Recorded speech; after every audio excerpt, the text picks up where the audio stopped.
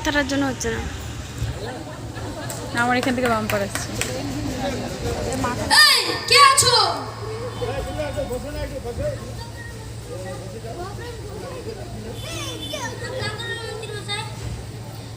এই বাগান কাটার ব্যবস্থা করো।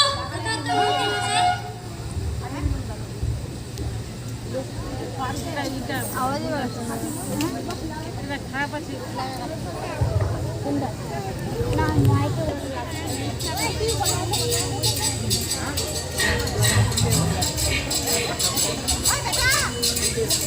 বাবা।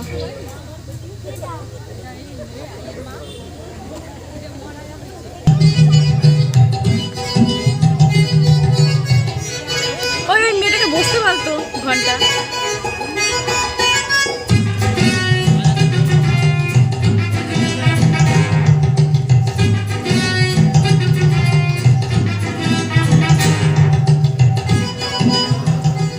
সাবধান, মহারাজ রাজসভায় প্রবেশ করছেন।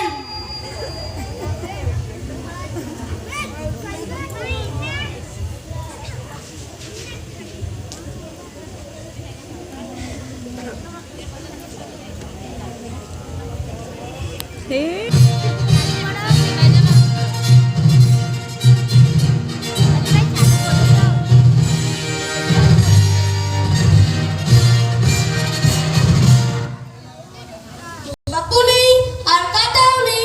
এখন আপনার পায়ের কি খবর? বলি সবই ঠিক আছে, কিন্তু পায়ে খুব ধুলো লাগে। যদি ধুলো দূর হতো কতই না আনন্দ হতো। কতই না ভালো হতো। কি বলো মন্ত্রী? মহারাজ, পথ চলতে ধুলো তো থাকবেই। এই কিছু একটা করো, কাল থেকে আমার পায়ে যাতে ধুলো না লাগে। যদি না পারো তো কাল থেকে এক মাসের বেতন এসে ছাড়ো। কি আনন্দ। যথাজ্ঞা মহারাজ। মহারাজ মনে হয়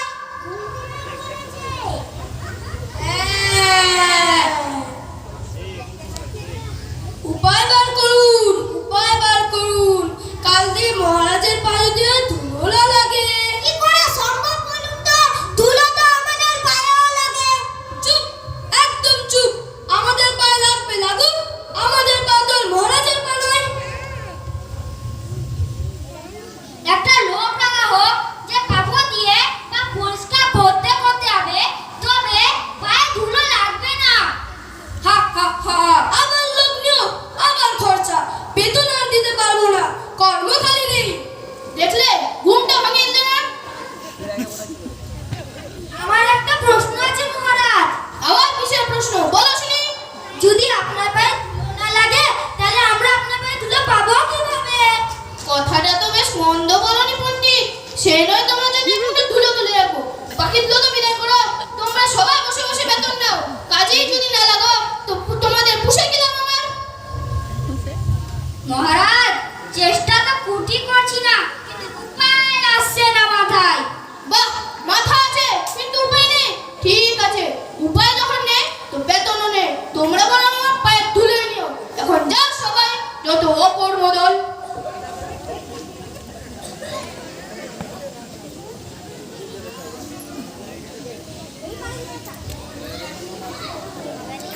পণ্ডিতের কাছে এই হলো আমাদের রাজ্যের প্রধান পুঁথি। দেখি কি লেখা আছে এই পাতায়। দেখতে হবে পণ্ডিত মশাই, যাতে বেতন কাটে না যায়। কিন্তু মন্ত্রী মশাই, ধুলো মাটি যদি চলে যায় তবে রাজ্যের শস্য পাবে কিভাবে? সেটা আমাকে জিজ্ঞেস করছো কেন? আমি কৃষিমন্ত্রী, তুমি কৃষিমন্ত্রী। যত অকল মারতে হয়েছে আমাদের রাজ্যে। একটা উপায় আছে মন্ত্রী মশাই। যদি অনেক জায়গার ব্যবস্থা বানানো হতো তো সব ধুলো ঝাড় দিয়ে পরিষ্কার করা যাবে। দেখো, আমার শুধু ধুলো পরিষ্কার চাই, আর কিছু জানি না। তাহলে অনেক ঝাঁটানোর ব্যবস্থা করা হোক, সব ধুলো ঝাড় দিয়ে পরিষ্কার করা যাবে। ঠিক। তাহলে তাই করো। কিছু মাইক পায় সেই আনন্দ পাইছে।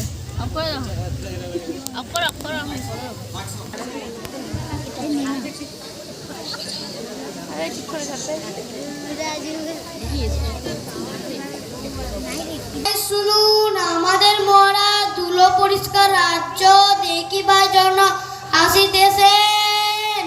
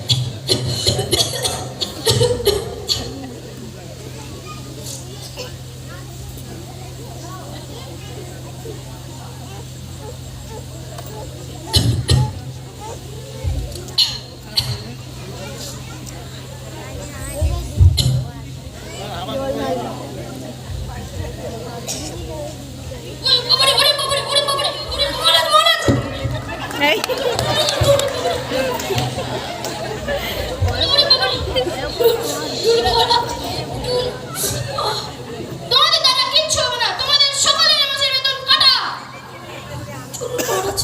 ওরে বাবা, বড় বড় মানুষের বড় বড় ব্যাপার, একটা ছোট্ট জিনিসের জন্য এত কিছু। আমি যদি একটা সুযোগ পেতাম তাহলে দেখিয়ে দিতাম, একটা ছোট্ট জিনিসের জন্য লাখ লাখ খরচ করবেন কি মানে।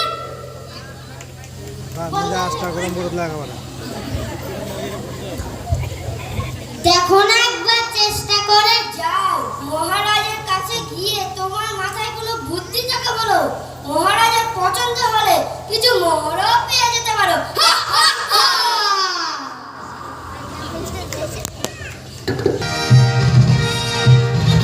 হা, হা, হা। হা, হা, হা। মহারাজ, আমার মাথায় একটা বুদ্ধি এসেছে। এই ধরনীকে মাদুর দিয়ে ঢেকে সাদা চাদর পেতে দিলে কেমন হয়? মহারাজ, আরেকটা উপায় আছে। আবার কিছু উপায় বলো শুনি। ধুলোয় যদি আপনি পা না রাখেন তাহলে কেমন হয়? কি যে সব উল্টো পাল্টা বলছো, খুলে বলো শুনি। আপনি যদি ঘরে থাকেন বন্ধ, কথাটা বেশ নয় মন্দ। থামো থামো, তোমরা কি আমাকে ঘরবন্দি করতে চাও? তাহলে চর্মকারকে খবর দাও, সারা রাজ্যে চামড়াকে ঢেলে দিন। হ্যাঁ, তাই হোক, তাই হোক।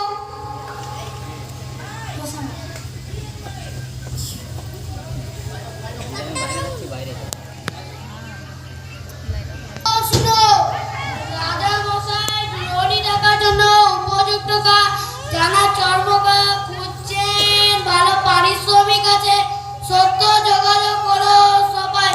শুনো শুনো শুনো,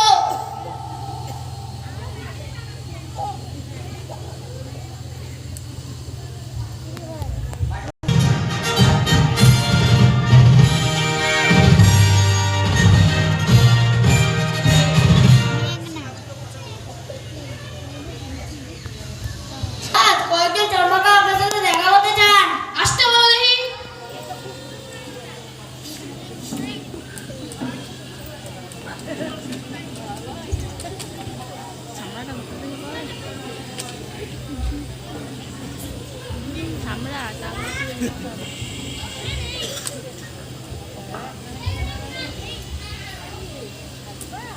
ঘন্টা এই মাইক্রোফোন আর ফোন মহারাজ, মহারাজ, আমার কাছে সময় দেন তা বলি। কি বলবে? তাড়াতাড়ি বলো তো, মহারাজের কাছে ওদের সময় নেই। বলে ফেলো শুনি। মহারাজ, আমার কাছে আছে এক টুকরো চামড়া। তাতে কি করব আমরা? এক টুকরো চামড়া দিয়ে কি ঢাকা যাবে না? হাস্যকর হাস্যকর হাস্যকর। এই চামড়া দিয়ে